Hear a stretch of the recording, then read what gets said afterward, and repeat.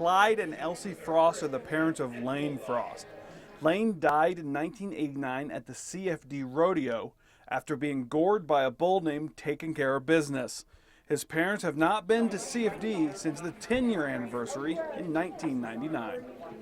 I just never dreamed after 25 years they would still be doing, tributes to Lane, and so it's just a real honor.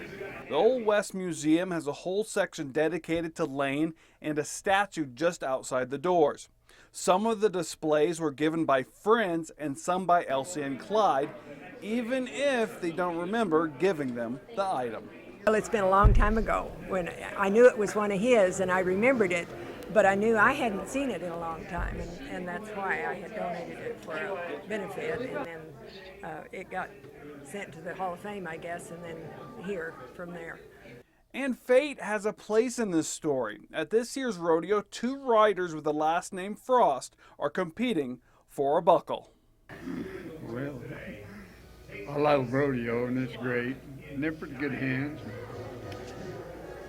We're I just have to watch them. We don't get to watch them very often. We're lucky to get to watch yeah, Joe today. we were lucky that we got here the same day they were going to be up. And Josh and Joe Frost are second cousins of Lane. Josh never got to meet him, but does know a lot of stories. See, he actually grew up with my dad then when Lane was about 13 years old, they moved to Oklahoma, but my dad tells a story about when they were younger.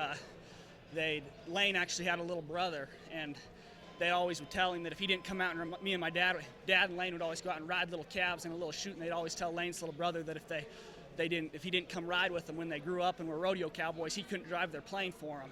His little brother didn't like riding, but Lane and my dad would go out and just put calves behind a little gate and ride them all the time, and that was, I've heard so many I couldn't even tell you all of them right now, but he's kind of one of my idols.